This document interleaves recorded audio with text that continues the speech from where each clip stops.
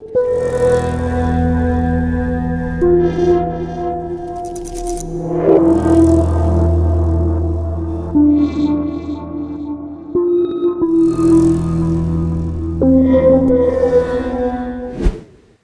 prijatelji, evo nas u čudnim pričama i večeras ćemo obraditi jedan slučaj koji se desio 10. oktobra 2013. godine, ali je i dan danas tema za ceo Požeški kraj i priča je i misterija koja nije odgonetnuta. Zapravo šta se desilo? 20. oktobra 2013. godine u policijskoj stanici Užička Požega prijavljen je nestanak Radeta Tubića, nadničara i radnika koji je poreklom iz Bosne i Hercegovine. Nestanak je prijavio Radetov stanodavac kod koga je Rade Tubić stanovao u selu Svračkovo, Užička Požega. Ko je bio Rade Tubić? Rade Tubić je rođen u selu Zaselje kod Kotor Varoši u Bosni i Hercegovini i došao je kao drvoseča da radi u nadnicu kod ljudi koji se bave sečom šuma. Rade Tubić je posjedovao nekoliko konja i on je sa tim konjima izvlačio šumu, građu iz neprohodnih maltene predela neke šume gde ljudi ne mogu sa mehanizacijom da priđu određenom mestu. I on je za to dobijao nadoknadu procentualno od onoga što uradi. Otprilike dnevno je radio po 40-50 kubika drva i mesečna zarada mu je iznosila oko 1000 evra. Plus što je dobijao hranu za svoje konje. Kako je on govorio, za njegovu gorsku konjicu. Rade Tubić je inače u tom kraju radio sa nekoliko svojih zemljaka i komšija i bili su poznati kao vredni i dobri radnici. Svi ti Bosanci koji rade na nadnicu, posle dugog i mukotrpnog dana koji provedu u šumi, znaju uveče i da se opuste. Tako da je bio poznat po tome što je znao da u kafani ili ispred neke prodavnice, kao i svi Bosanci, zapeva neku lepu krajišku pesmu. I svi su ga gotivili i poštovali, zato što Rade Tubić nije bio agresivan čak i kada malo više popije. Rade Tubić je svoje životinje, odnosno svoje konje, poštovao kao svoje najmilije. I oni su se zvali Soko, Lahor, Rubin, Dečko, Vezir i Vihor i Bećar. On je sa svojim konjima zarađivao svoj maltene rudarski hleb od 7 kora i važio je za dobrog, časnog i poštenog radnika koji je znao da ispoštuje datu reč. Živeo je maltene kao vojnik nekog davnog zaboravljenog konjičkog puka. Svakog jutra je ustajao u 4 sata, a onda je timario svoje konje, hranio ih i do 5 podmiri njih, a kasnije doručkuje on i sprema se za mukotrpni posao po planinama zapadne Srbije, na kome je radio od jutra do mraka. I svi su znali na kom brdu i u kojoj šumi tog dana radi Rade, jer čula se njegova lepa krajiška pesma. Svoju porodicu je viđao na svaka 4 meseca, kada bi skupio malo više novca, znači odlazio bi da ih poseti i da im odnese nešto para. I nije se žalio na svoj život. Samo je govorio da mu je žao što neće imati naslednika u svom poslu, jer mladi više ne žele da zarađuju na ovaj način. Ne zato što se plaše posla, nego ne žele da budu odsutni od svojih porodica tako što žive sa svojim konjima u planini. A i u planini nema interneta, a to je mladima danas najvažnije. Rade je tu bio sa nekoliko svojih zemljaka, a jedan od njih je bio i njegov komšija Lukić.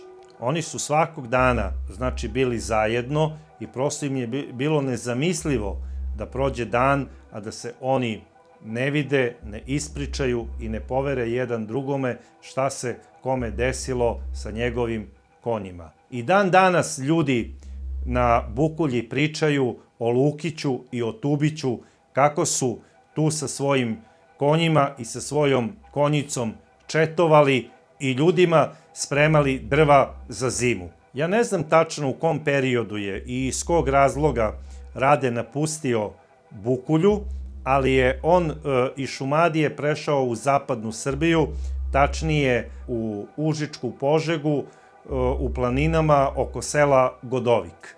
I nije se žalio na ovaj rad, tu je radio sa nekoliko svojih zemljaka, viđao se s njima i tome slično. Kada je prijavljen Radetov nestanak, došlo se i do informacije da Radeta nije bilo malte ne 10 dana.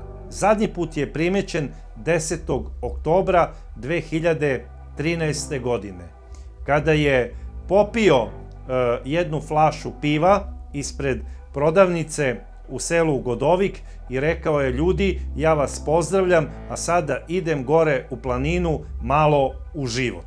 I od tada se gubi njemu svaki trag. Nije to ništa neobično, jer su znali da drvoseča, ako dobije veću dnevnicu, ode u neko drugo mesto da bi radio. I to je bila uobičajena pojava kod ovih, kako da kažem, nadničara koji su došli iz Bosne. Međutim, šta je bilo neobično? Bilo je neobično da je Rade bio nedostupan na svom mobilnom telefonu. Čak su ga nekoliko puta tražili i u stanu gde je bio iznajmio, znači svoj smeštaj. Gazdi je to na kraju postalo neobično, jer ga je tražio i jedan preduzimač koji je radio sa drvima da pita gde je Rade, jer mi se nije javio, imali smo posao dogovoren za još od pre 3 dana i ja ga čekam da mi se javi da bi krenuli da izvlačimo drva iz jedne šume sa susedne planine. I tu je njegovom stanodavcu bilo sve to sumnjivo i on je odlučio da slučaj nestanka prijavi policiji. A usput je sreo i neke njegove prijatelje koji su rekli da su zvali u Bosni da pitaju da li se slučajno Rade nije tamo pojavio. Međutim, rekli su da su dobili negativan odgovor. Po policijskoj prijavi, kada se njegov stanodavac vratio, znači u Godovik, i rekao je da je slučaj nestanka prijavio policiji, ljudi su počeli da motaju film. Šta je zadnji put Rade rekao? A on je rekao upravo ono što sam i maločas spomenuo. Drugovi, ja vas pozdravljam, idem u planinu u život. I oni su krenuli u tom pravcu da ga traže. I posle 2 sata potrage po šumi osetili su užasan smrad i krenuli su u tom pravcu. Posle 10 minuta došli su na to mesto i zatekli su ugljenisani leš, koji je malte ne bio rastrgnut od šumskih zveri. Odmah su pozvali policiju i policija je došla. Obezbedili su lice mesta, počela je, znači, istraga, odradio se uviđaj, došlo je tužilaštvo i ustanovili su da se upravo radi o Radetu Tubiću. Obdukcijom su utvrdili da je čovek nastradao tako što ga je neko tupim predmetom sa više udaraca u glavu i po telu usmrtio, da bi ga posle toga polio benzinom i zapalio. Istraga je trajala 3 dana. Prvog dana, kada su pronašli nesrećnog Radeta Tubića, policija je naložila da se ispita mobilna telefonija i njegov broj. Uključili su, znači, lovca i ustanovili su da je njegova kartica van funkcije, ali da je aktivan telefon. Satelitskom navigacijom i praćenjem policija je dobila tačnu lokaciju gde se nalazi Radetov telefon. I on se upravo nalazio u selu Svračkovo. na adresi u kući u kojoj je živeo čovek Milun Milić, isto drvoseča, poznanik Radetov i čovek koji je važio za problematičnu ličnost u selu. Od dana prijavljivanja od 20. do 23. policija je pratila i slušala razgovore koji su upućeni i primani na ovaj telefon sa novom karticom, a koju je koristio Milun Milić. I do kakvog zaključka su oni došli? Milun je u jednom od razgovora sa jednom ženom razgovarao o nekoj isplati za određeni posao od 30.000 dinara. Naime, tada kada je uhapšen Milun, lišena je slobode i meštanka sela Svračkovo, gospođa Draga Nedeljković. Ona je privedena u policijsku stanicu da bi se predala istražnim organima, odnosno javnom tužilaštvu, na okolnosti da se ispita iz kog razloga je ona trebala da isplati Milunu 30.000 dinara i za koji posao, jer su ustanovili da je ona imala zadnji razgovor sa pokojnim Radetom Tubićem. Ta povezanost da je ona imala zadnji razgovor sa Radetom i da sada ima česte razgovore sa Milunom oko neke isplate, dovela je istražne organe u sumnju da možda ona ima nekakve veze i oko Radetovog ubistva. Na prvom saslušanju, kada su ih priveli, ona je delovala jako uplašeno i stalno se pitala šta policija hoće od nje, dok je Milun delovao kao pravi odmetnik. Hladan pogled, nije govorio ništa, branio se ćutanjem. Milun se zapravo ponašao gordo i dostojanstveno, kao da je narodni heroj i kao da je uradio nešto mnogo važno i dobro za svoje mesto i za svoj narod. A Milun je bio poznat po tome da voli da popije, da voli da se pobije, da je problematičan zbog nekih šumskih krađa, znači nije se bavio nekakvim razbojništvima, ali je imao te šumske krađe, nekoliko puta je dolazio u sukob i sa policijom i sa lokalnim lugarima, odnosno šumarima, i zbog toga je više puta bio na izdržavanju nekih zatvorskih kazni. Inače, ljudi su ga se plašili u tom kraju da ulaze u sukob s njim, jer je od mladosti bio poznat po tome da ako se neko zakači s njim, on bi znao da mu otme psa, da ga odvede u šumu i da ga obesi. Ovaj čovek je bio od rane mladosti manijak. I svi su to znali, ali niko nije verovao u njegovom mestu i u kraju da je on sposoban da nekog ubije i da ga tako monstruozno posle ubistva spali. Policija je čak dala i službenu izjavu da je po nalogu tužilaštva privela i gospođu Dragu Nedeljković zato što sumnjaju da je ona bila u emotivnoj vezi sa pokojnim Radetom i da je pokušavala da tu vezu prekine, jer je on postao previše navalentan za njen ukus i pošto je Rade odbijao da prekine tu vezu, zapravo on je njoj rekao da je on u nju smrtno zaljubljen. To su navodno pretpostavke, jer gospođa Nedeljković sve to negira. Htela je da se otarasi nepoželjnog ljubavnika. Ona je za ovaj posao naime unajmila Miluna Milića i obećala mu je 30.000 dinara. I on je na to pristao.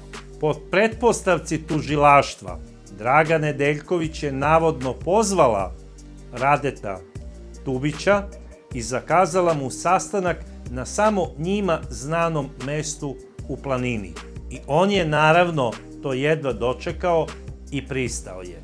Došao je sav srećan, popio je pivo i rekao prijateljima: drugari, pozdravljam vas, odlazim ja u život. A ne znajući u stvari da je krenuo na sastanak sa svojom sudbinom. Umesto svoje voljene prijateljice, na tom zakazanom mestu sačekao ga je njegov poznanik Milun. I to ni manje ni više nego, kako pretpostavlja tužilaštvo, nekom motkom koja nikada nije pronađena, kojom ga je više puta udario po glavi i po drugim delovima tela. Nesrećni Rade je od toga preminuo. Pokušao je da se doduše brani, međutim nije uspeo u tome. Njegovo lice je bilo smrskano, načisto maltene, a mnogi delovi tela su pronađeni po okolini, polu spaljeni, jer su nesrećnog Radeta posle toga rastrgle životinje. Zaista jeziva sudbina.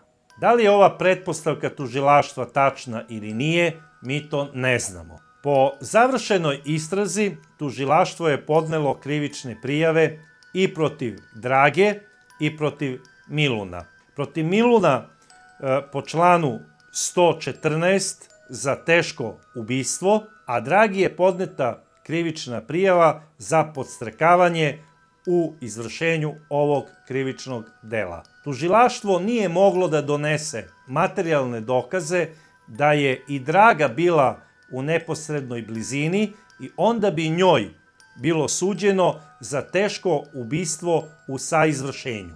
Međutim, dokaza za ovo nije bilo. Ali kada je krenulo suđenje, dokazi su izbledeli i u ovom delu krivične prijave da ona ima bilo kakve veze sa ovim delom. Ništa tužilaštvo nije uspelo da dokaže i Draga je bila oslobođena. Tako da ona zvanično nije kriva za ovo krivično delo ubistva. I tužilac je podneo žalbu, međutim bezuspešno. Apelacija je tu žalbu odbila. Draga Nedeljković po presudi suda je nevina. Za ovo krivično delo po članu 114 suđeno je Milunu Miliću i mogao je za ovo delo, znači, da bude presuđen od 10 do 40 godina zatvora. Milun je dobio 15 godina zatvora i nalazi se na izdržavanju zatvorske kazne.